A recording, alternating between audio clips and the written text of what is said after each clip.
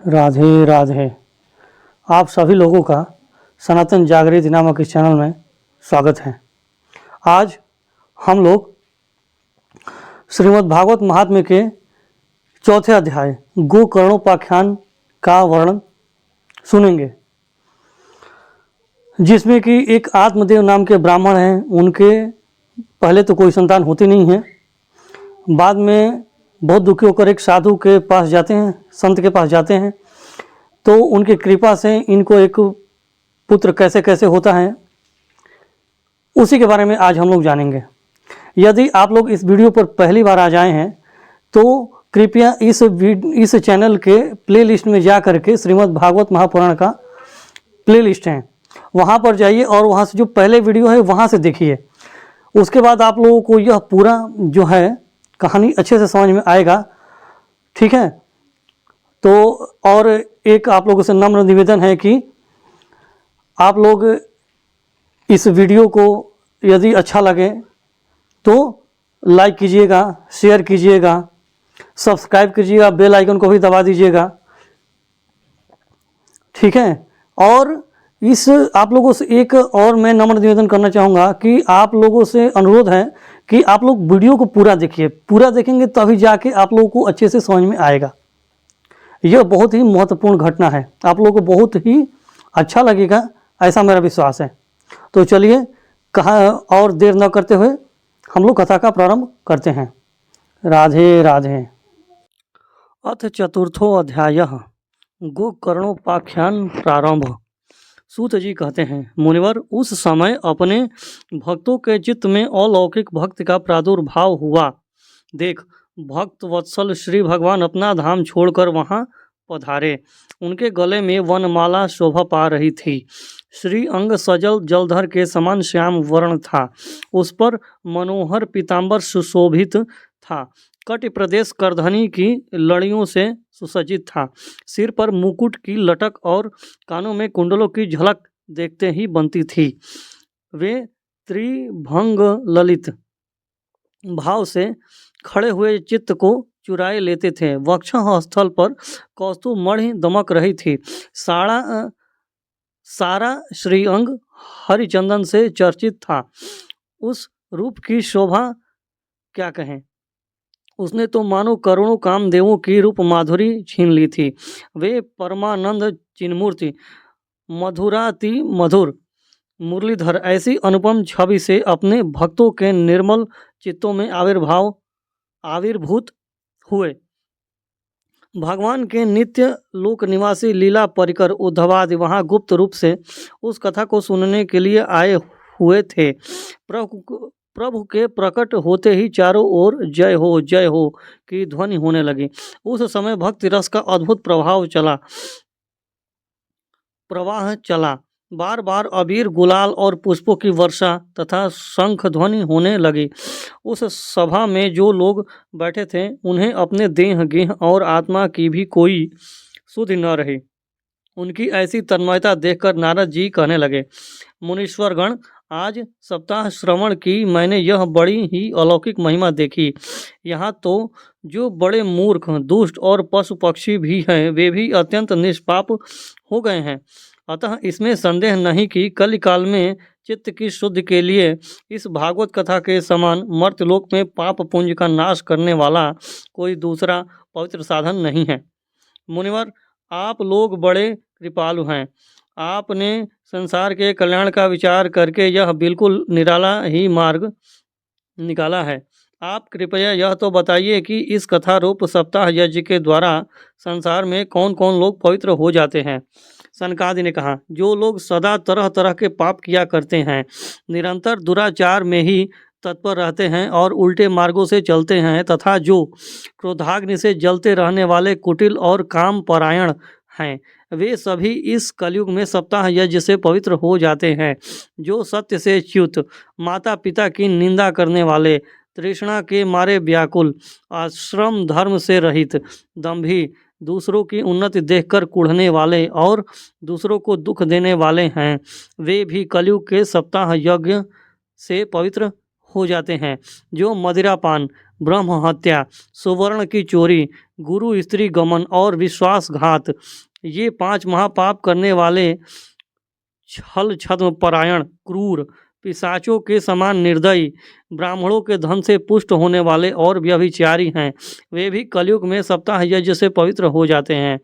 जो दुष्ट आग्रह पूर्वक सर्वदा मन, वाणी या शरीर से पाप करते रहते हैं, दूसरे के धन से ही पुष्ट होते हैं तथा मलिन मन और दुष्ट हृदय वाले हैं, वे भी इस कलयुग में सप्ताह यज्ञ से पवित्र हो जाते हैं। नारद जी, अब हम तुम्हें इस विषय में एक प्राचीन इतिहास सुनाते हैं। उसके सुनने से ही सब पाप नष्ट हो जाते हैं। पूर्व काल में तुंगभद्रा नदी के तट पर एक अनुपम नगर बसा हुआ था। वहाँ सभी वर्णों के लोग अपने अपने धर्मों का आचरण करते हुए सत्य और सत्कर्मों में तत्पर रहते थे। उस नगर में समस्त वेदों का विशेषज्ञ और श्रौत स्मार्त कर्मों में निपुण एक आत्मदेव नामक ब्राह्मण रहता था। वह साक्षात दूसरे सूर्य के समान तेजस्वी था। वह धनी होने पर भी भिक्षाजीवी था। उसकी प्यारी पत्नी धुंधुली कुलीन एवं सुंदरी होने पर भी सदा अपनी बात पर अड़ जाने वाली थी। उसे लोगों से बात करने में सुख मिलता था। स्वभाव था क्रूर, प्रायः कुछ न कुछ बकवाद करती रहती थी। गृह कार्य में निपुण थी, कृपण थी और थी झगड़ालू भी। इस प्रकार ब्राह्मण दंपति प्रेम से अपने घर में रहते और विहार करते थे। उनके पास अर्थ और भोग विलास की सामग्री बहुत थी। घर द्वार भी बहुत सुंदर थे, परंतु उससे उन्हें सुख नहीं था। जब अवस्था बहुत ढल गई तब उन्होंने संतान के लिए तरह तरह के पुण्य कर्म आरंभ किए और वे दीन दुखियों को गौ, पृथ्वी, सुवर्ण और वस्त्रादि दान करने लगे। इस प्रकार धर्म मार्ग में उन्होंने अपना आधा धन समाप्त कर दिया, तो भी उन्हें पुत्र या पुत्री किसी का भी मुख देखने को न मिला। इसलिए अब वह ब्राह्मण बहुत ही चिंतातुर रहने लगा। एक दिन वह ब्राह्मण देवता बहुत दुखी होकर घर से निकलकर वन को चल दिया। दोपहर के समय उसे प्यास लगी, इसलिए वह एक तालाब पर आया। संतान के अभाव के दुख ने उसके शरीर को बहुत सुखा दिया था, इसलिए थक जाने के कारण जल पीकर वह वहीं बैठ गया। 2 घड़ी बीतने पर वहाँ एक सन्यासी महात्मा आए। जब ब्राह्मण देवता ने देखा कि वे जल पी चुके हैं, तब वह उनके पास गया और चरणों में नमस्कार करने के बाद सामने खड़े होकर लंबी लंबी सांसें लेने लगा। सन्यासी ने पूछा, कहो ब्राह्मण देवता, रोते क्यों हो? तुम्हें क्या भारी चिंता है? तुम जल्दी ही मुझे अपने दुख का कारण बताओ। ब्राह्मण ने कहा, महाराज, मैं अपने पूर्व जन्म के पापों से संचित दुख का क्या वर्णन करूं? अब मेरे पितर मेरे द्वारा दी हुई जलांजलि के जल को अपनी चिंता जनित सांस से कुछ गर्म करके पीते हैं। देवता और ब्राह्मण मेरा दिया हुआ प्रसन्न मन से स्वीकार नहीं करते। संतान के लिए मैं इतना दुखी हो गया हूँ कि मुझे सब कुछ सूना ही सूना दिखाई देता है। मैं प्राण त्यागने के लिए यहाँ आया हूँ। संतानहीन जीवन को धिक्कार है, संतानहीन गृह को धिक्कार है, संतानहीन धन को धिक्कार है और संतानहीन कुल को धिक्कार है। मैं जिस गाय को पालता हूँ वह भी सर्वथा बाँझ हो जाती है। जो पेड़ लगाता हूँ उस पर भी फल फूल नहीं लगते। मेरे घर में जो फल आता है वह भी बहुत जल्दी सड़ जाता है। जब मैं ऐसा अभागा और पुत्रहीन हूँ तब फिर इस जीवन को ही रखकर मुझे क्या करना है? यो कहकर वह ब्राह्मण दुख से व्याकुल हो उन सन्यासी महात्मा के पास फूट फूट कर रोने लगा। तब उन यतिवर के हृदय में बड़ी करुणा उत्पन्न हुई। वे योगनिष्ठ थे। उन्होंने उसके ललाट की रेखाएं देखकर सारा वृत्तांत जान लिया और फिर उसे विस्तार पूर्वक कहने लगे। सन्यासी ने कहा, ब्राह्मण देवता, इस प्रजा प्राप्ति का मोह त्याग दो। कर्म की गति प्रबल है। विवेक का आश्रय लेकर संसार की वासना छोड़ दो। विप्रवर सुनो, मैंने इस समय तुम्हारा प्रारब्ध देखकर निश्चय किया है कि 7 जन्म तक तुम्हारे कोई संतान किसी प्रकार नहीं हो सकती। पूर्व काल में राजा सगर एवं अंग को संतान के कारण दुख भोगना पड़ा था। ब्राह्मण, अब तुम कुटुंब की आशा छोड़ दो, संन्यास में ही सब प्रकार का सुख है। ब्राह्मण ने कहा, महात्मा जी, विवेक से मेरा क्या होगा? मुझे तो बलपूर्वक पुत्र दीजिए, नहीं तो मैं आपके सामने ही शोक मूर्छित होकर अपने प्राण त्यागता हूँ। जिसमें पुत्र स्त्री आदि का सुख नहीं है, ऐसा संन्यास तो सर्वथा नीरस ही है। लोक में सरस तो पुत्र पौत्रादि से भरा पूरा गृहस्थाश्रम ही है। ब्राह्मण का ऐसा आग्रह देखकर उन तपोधन ने कहा, विधाता के लेख को मिटाने का हठ करने से राजा चित्रकेतु को बड़ा कष्ट उठाना पड़ा था। इसलिए दैव जिसके उद्योग को कुचल देता है, उस पुरुष के समान तुम्हें भी पुत्र से सुख नहीं मिल सकेगा। तुमने तो बड़ा हठ पकड़ रखा है और अर्थी के रूप में तुम मेरे सामने उपस्थित हो। ऐसी दशा में मैं तुमसे क्या कहूँ? जब महात्मा जी ने देखा कि यह किसी प्रकार अपना आग्रह नहीं छोड़ता, तब उन्होंने उसे एक फल देकर कहा, इसे तुम अपनी पत्नी को खिला देना, इससे उसके एक पुत्र होगा। तुम्हारी स्त्री को 1 साल तक सत्य, शौच, दया, दान और एक समय एक ही अन्न खाने का नियम रखना चाहिए। यदि वह ऐसा करेगी तो बालक बहुत शुद्ध स्वभाव वाला होगा। यूं कहकर वे योगीराज चले गए और ब्राह्मण अपने घर लौट आया। वहां आकर उसने वह फल अपनी स्त्री के हाथ में दे दिया और स्वयं कहीं चला गया। उसकी स्त्री तो कुटिल स्वभाव की थी ही। वह रो रो कर अपनी एक सखी से कहने लगी, सखी, मुझे तो बड़ी चिंता हो गई है। मैं तो यह फल नहीं खाऊंगी। फल खाने से गर्भ रहेगा और गर्भ से पेट बढ़ जाएगा, फिर कुछ खाया पिया जाएगा नहीं। इससे मेरी शक्ति क्षीण हो जाएगी। तब बता, घर का धंधा कैसे होगा? और दैववश यदि कहीं गांव में डाकुओं का आक्रमण हो गया तो गर्भिणी स्त्री कैसे भागेगी? यदि सुखदेव जी की तरह यह गर्भ भी पेट में ही रह गया तो इसे बाहर कैसे निकाला जाएगा? और कहीं प्रसव काल के समय वह टेढ़ा हो गया तो फिर प्राणों से ही हाथ धोना पड़ेगा। यूँ भी प्रसव के समय बड़ी भयंकर पीड़ा होती है। मैं सुकुमारी भला यह सब कैसे सह सकूंगी? मैं जब दुर्बल पड़ जाऊंगी तब ननद रानी आकर घर का सब माल मता समेट ले जाएंगी और मुझसे तो सत्य शौचादि नियमों का पालन होना भी कठिन ही जान पड़ता है। जो स्त्री बच्चा जनती है उसे उस बच्चे के लालन पालन में भी बड़ा कष्ट होता है। मेरे विचार से तो वंध्या या विधवा स्त्रियां ही सुखी हैं। मन में ऐसे ही तरह तरह के कुतर्क उठने से उसने वह फल नहीं खाया और जब उसके पति ने पूछा, फल खा लिया? तब उसने कह दिया, हाँ खा लिया। एक दिन उसकी बहन अपने आप ही उसके घर आई। तब उसने अपनी बहन को सारा वृत्तांत सुनाकर कहा, मेरे मन में बड़ी चिंता है। मैं इस दुख के कारण दिनों दिन दुबली हो रही हूँ। बहन, मैं क्या करूँ? बहन ने कहा, मेरे पेट में बच्चा है। प्रसव होने पर वह बालक मैं तुझे दे दूंगी। तब तक तू गर्भवती के समान घर में मैं तब तक तू गर्भवती के समान घर में गुप्त रूप से सुख से रह। तू मेरे पति को कुछ धन दे देगी तो वे तुझे अपना बालक दे देंगे। हम ऐसी युक्ति करेंगे कि जिसमें सब लोग यही कहें कि इसका बालक 6 महीने का होकर मर गया और मैं नित्य प्रति तेरे घर आकर उस बालक का पालन पोषण करती रहूँगी। तू इस समय इसकी जांच करने के लिए यह फल गौ को खिला दे। ब्राह्मणी ने स्त्री स्वभाववश जो जो उसकी बहन ने कहा था वैसे ही सब किया। इसके पश्चात समयानुसार जब उस स्त्री के पुत्र हुआ तब उसके पिता ने चुपचाप लाकर उसे धुंधुली को दे दिया और उसने आत्मदेव को सूचना दे दी कि मेरे सुखपूर्वक बालक हो गया है।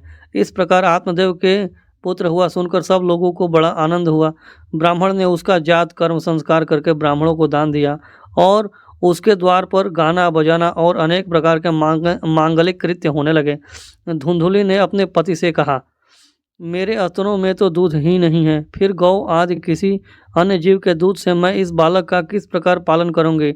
मेरी बहन के अभी बालक हुआ था, वह मर गया है, उसे बुलाकर अपने यहाँ रख ले तो वह आपके इस बच्चे का पालन पोषण कर लेगी। तब पुत्र की रक्षा के लिए आत्मदेव ने वैसा ही किया और माता धुंधुली ने उस बालक का नाम धुंधुकारी रखा। इसके बाद 3 महीने बीतने पर उस गौ के भी एक मनुष्याकार बच्चा हुआ। वह सर्वांग सुंदर, दिव्य, निर्मल और सुवर्ण किसी कांति वाला था। उसे देखकर ब्राह्मण देवता को बड़ा आनंद हुआ और उसने स्वयं ही उसके सब संस्कार किए।